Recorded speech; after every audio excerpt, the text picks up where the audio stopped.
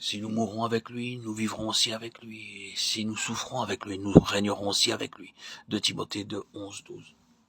Afin que je le connaisse et la puissance de sa résurrection et la communion de ses souffrances, pour être conforme à lui en sa mort.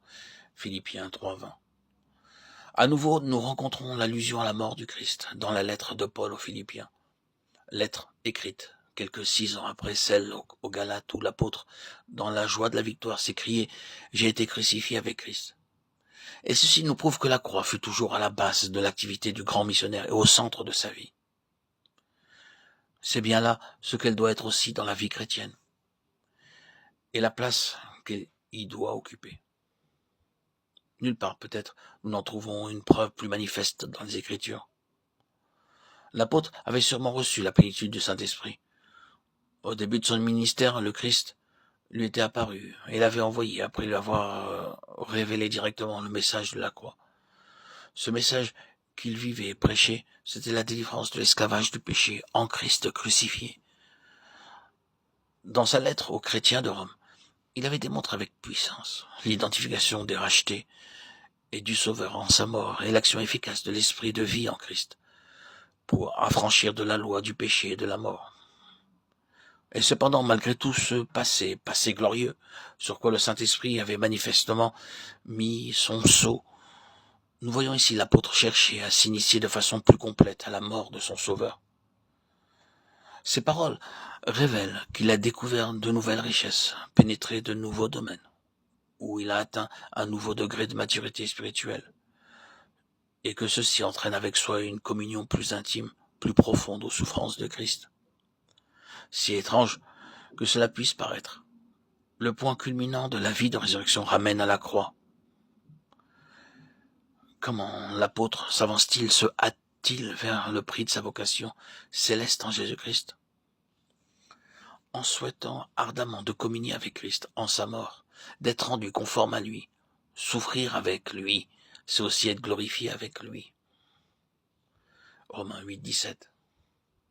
Nous sommes tous appelés à être chaque jour crucifiés avec Christ. Nous avons été accablés excessivement au-dessus de nos forces, désespérant même de vivre, condamnés à mort, afin que nous n'eussions point confiance en nous-mêmes, mais en Dieu qui ressuscite les morts. 2 Corinthiens 1, 8, 9. Il ressort de ce passage que même si nous savons déjà ce que c'est que d'être crucifié avec Christ et que de participer à la vie de résurrection, nous sommes cependant constamment amenés à l'apprendre comme à nouveau. Ce n'est pas là un principe, une chose admise une fois pour toutes, mais une fois que c'est enseigné, cela doit être toujours un fait, toujours actuel, que livrés à nos seules ressources, nous sommes sans force. Nous désespérions même de la vie, écrit l'apôtre. Mais si Dieu permit que nous fussions réduits en cette extrémité, ce fut pour nous obliger à nous réfugier complètement en lui, qui peut ressusciter les morts. Il nous a délivrés et nous savons qu'il le fera encore. Voilà le secret des épreuves qui assaillent celui qui, avec Paul, a déjà pu s'écrier joyeusement « Moi aussi je suis crucifié avec Christ ». Il doit prendre contact avec cette puissance divine qui ressuscite les morts.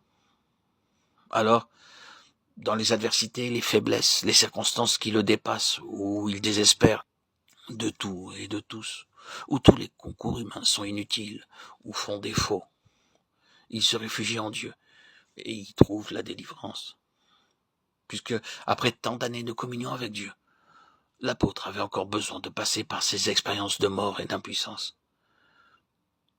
Il nous est bien permis de croire que nous sommes en danger, de nous confier en nous-mêmes tant que nous sommes en ce corps, et qu'il est nécessaire que nous soyons conduits en ces impasses où tout secours humain est inutile ou impossible, pour que la seule puissance de résurrection du Christ se manifeste en nous.